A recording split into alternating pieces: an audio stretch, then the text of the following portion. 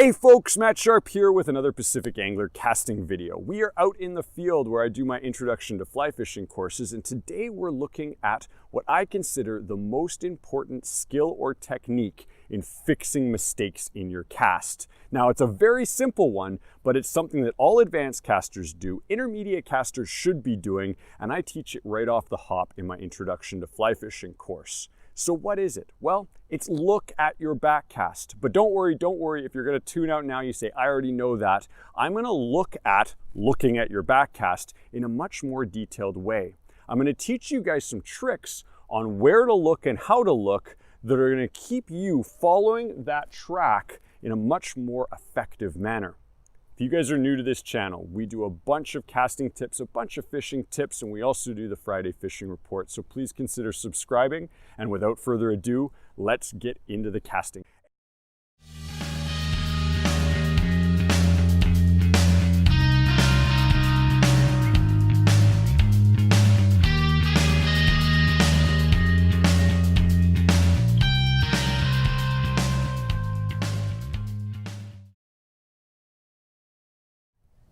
So looking behind us is a super simple video. You look that up on YouTube, you're gonna see it a bunch of ways, a bunch of different times, but none of the instructors really talk about how to look. And there's a couple things you can do while looking that are actually going to help you get muscle memory and more so visualize what you're trying to achieve.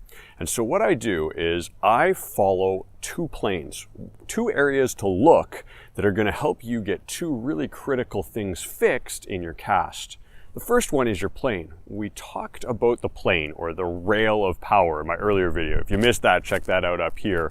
That's sort of a starting grounds. But when we're following with our hands, we want that to be following in one plane of power. Now, it doesn't matter if you're a wrist caster or you're an arm caster, we still want this plane going in a direction. Some people like it going up, some people like going flat, but you have a picture of it in your mind, so make it happen. And how you're gonna make it happen is when you start the stroke, you're gonna glance at your wrist and your arm. You're gonna follow that, you're gonna send that on its track. The second you get that moving in its track, then you're gonna look and you're gonna picture where you want to put the line. Then you're gonna put it there.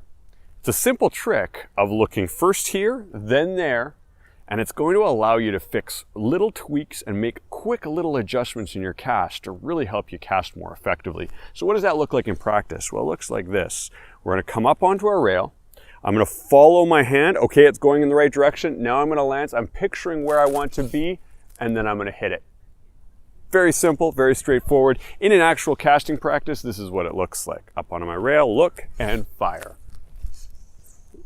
Fire. Fire, fire, fire. So very straightforward, very simple, but you're going to be shocked at how much tracking you gain from it, how much more your hand is on that rail. And then when you're visualizing that line turn out and unfold where you want it, all of a sudden it starts going there. And it's a heck of a lot easier than just throwing your head around trying to look for something that you're not thinking about beforehand. So how are you going to practice this? This is a big one. It's easy to listen to a YouTube video. It's easy to say, oh, Matt said look at the backcast, but when you get out in the field, you're going to forget about this. You're not going to remember this one when you're out fly fishing on the flats or fly fishing out on the river. So what I want you all to do right now is grab a pencil, grab a ruler. There's got to be one laying around you somewhere here. Or heck, just take your phone and follow along with it. If you got a 4-piece rod, that works great too. That's usually what I do when I'm watching casting is I'll grab my 4-piece rod and follow with whoever it is, be it the instructor or the caster that I want to emulate, and see if his cast is a little bit different than mine and see if I can tweak my hand positioning to mimic it. So go ahead and grab that and follow with me and try to really focus on watching your rail start, then look behind, project where you want to be, and then hit that target. That wraps it up for this video. It's a short one, but it's probably one of the most important things you guys can do to fix mistakes, to get better at fly casting. It's also one that you've probably seen a bunch of times before, but I hope this little tweak of looking in two spots, visualizing what you're trying to do, and then doing it is going to help you a little bit more than just the haphazard look behind you comment that you might get yelled at you from a guide. So if you guys liked what you saw today, we do a bunch more videos like this on casting. I'm going to link that up here we'll put it down in the description. I'll link it up here as well.